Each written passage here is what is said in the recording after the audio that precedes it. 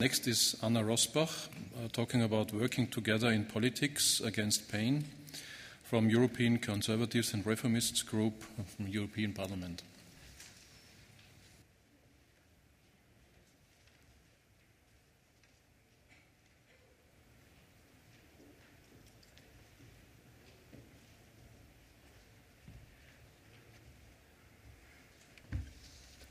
Thank you, Chair. And thank you to the organizers for letting me talk to all of you today. It's a great honor for me to be here.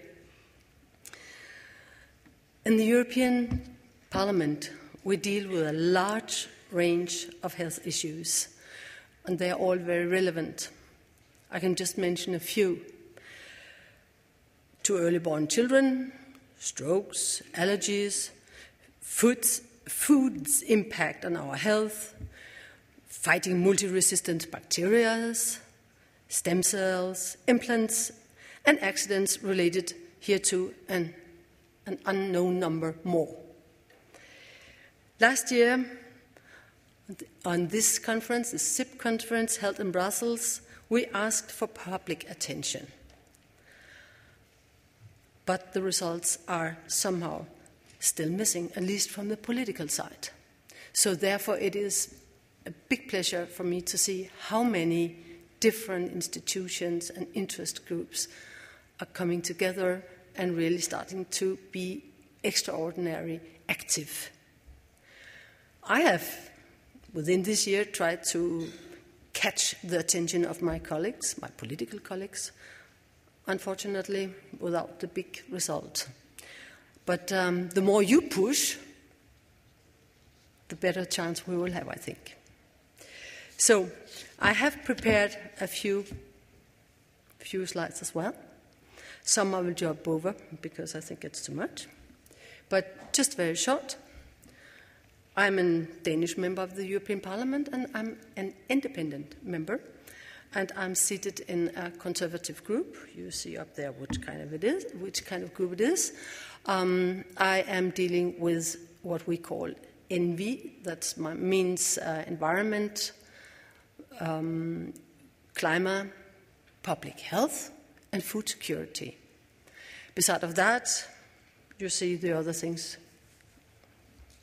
I hope this will do here. You can see it on the screen. I don't have to tell you. Chronic pain, as we are now here, is a burden to millions of people in Europe. Chronic pain is often not given the same level of attention as chronic diseases. You know that. Society, government, healthcare systems doesn't realize it in the same way, unfortunately. One reason for this can be that pain in many ways seen less obvious for outsiders than diseases. But unless that, it is not of less importance. I'll skip the next, I think. A very important first step is to get chronic pain acknowledgement on the same level like chronic diseases in all the member states. We're talking about normal diseases. I can just take a few, which you may not think are very important, but it's diabetes, asthma, epilepsy, hepatitis, and tetanus. Nobody talks about tetanus, but it makes people crazy. To change this, we need ways to show how important factor pain can be for those who suffer. It is relevant. I don't know where it is. Just a second. It's relevant to measure the direct economic cost of pain in our society. It is simplified that how many days do people lose and employers lose for the workers when people are suffering from pain, chronic pain. How negative effect this has of a production of a country, just to see this not on a personal level, but to see this on a national scale. But when we then go deeper into it, then we see that we have other costs than just only health care and benefits or pensions and whatsoever. This is a huge amount of money as a first, but this is not enough. The problem is that we need far more indicators to know what this really does to a society. If we move towards the well-being approach, it will make it far more complicated to see what does it, but also more relevant. OECD is actually talking about a well-being study and having indicators for what is well-being. How does this affect people's daily life? And I think this is extremely important to know, because it helps us to understand what we need to do in society and to act to help people who are suffering from chronic pain over years and years for many. So, when I go on with this, if I can do,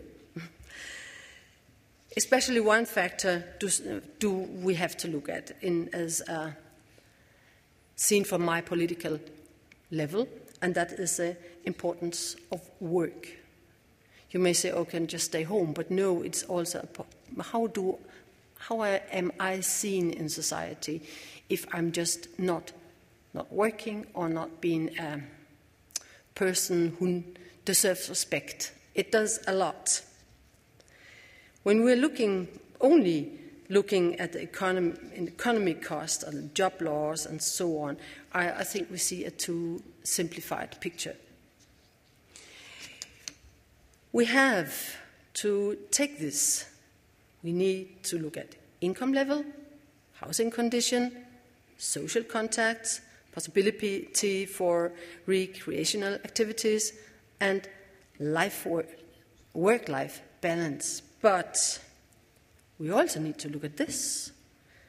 Limitation of daily activities, including recreational activities, a reduction of the perception of personal health, limitation in social contact, a general feeling of reducing well-being.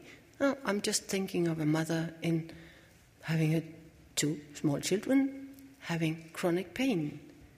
Chronic pain costs a lot of energy, and she's not able to be the mother she would like to be because she doesn't have these extra resources to give her children. And I think this is tragic, not only for the mother, but also for the whole lifelong way children are developing, because they didn't get what they needed when they were small.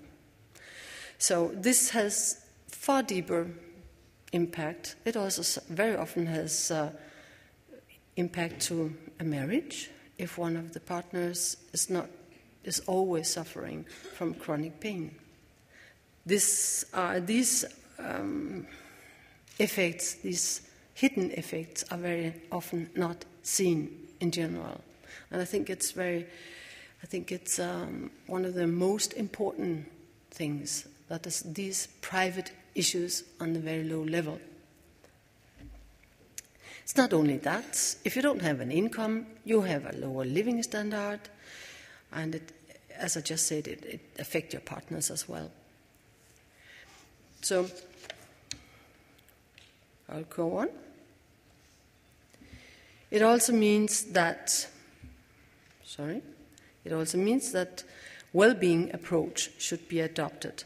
Because we then gain different ways of measuring and can compare the outcome of large-scale projects and treating pain. And here it's very important that we are multi-stakeholders, just like you are here today. You come from all different levels and ways and views of pain. And it's so important that you get together and that we are able to share what we have, what we know. This is not doing. Okay. with an issue as complicated as pain, it is important that we find a way to combine our knowledge. Also for me, it is very important as a politician that I know where to go. And here is SIF coming in. All your knowledge goes to SIF. And I can ask SIF, please help me. What do you have? What can I use as a politician? How can I get figures? How can I get knowledge from you as specialists and organizations of all kinds? I cannot contact all of you, but I can contact SIF, and they know. I hope very much, and I know they're doing their best to know whatsoever you come up with. So we would like to not only to help, but also to know from you who suffer from pain, from you who treat pain, from those of you who research in pain, and then me, the decision maker. Patients need to be organized on a European level in order to create a strong voice, as we hear the demand for here today as well. And I'm very happy to hear that. And I fully agree. The effort must be combined, and we need to exchange our knowledge with prevention and treatment across borders. I actually come from a political group who would like to see as many decisions being taken in national states and not on the EU level. But this is, for me, one of those things that really makes sense to do together, to make cross-border decisions. So please help us. As a politician, we have to realize that the cheapest solution can very, very soon end up being the most costly solution. For example, my own country has now skipped a lot of subsidies for important drugs and instead putting people on cheaper morphine, and I think there are morphine in English, and that is for me really not good. Let's put it that nice and friendly way. In the end, this will be, of course, far more expensive for the society, and it's far harder for the suffering person.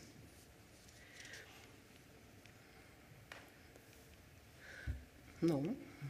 The way forward, one of the important roles of multi-stakeholder platform is to increase the level of knowledge about pain and its consequences.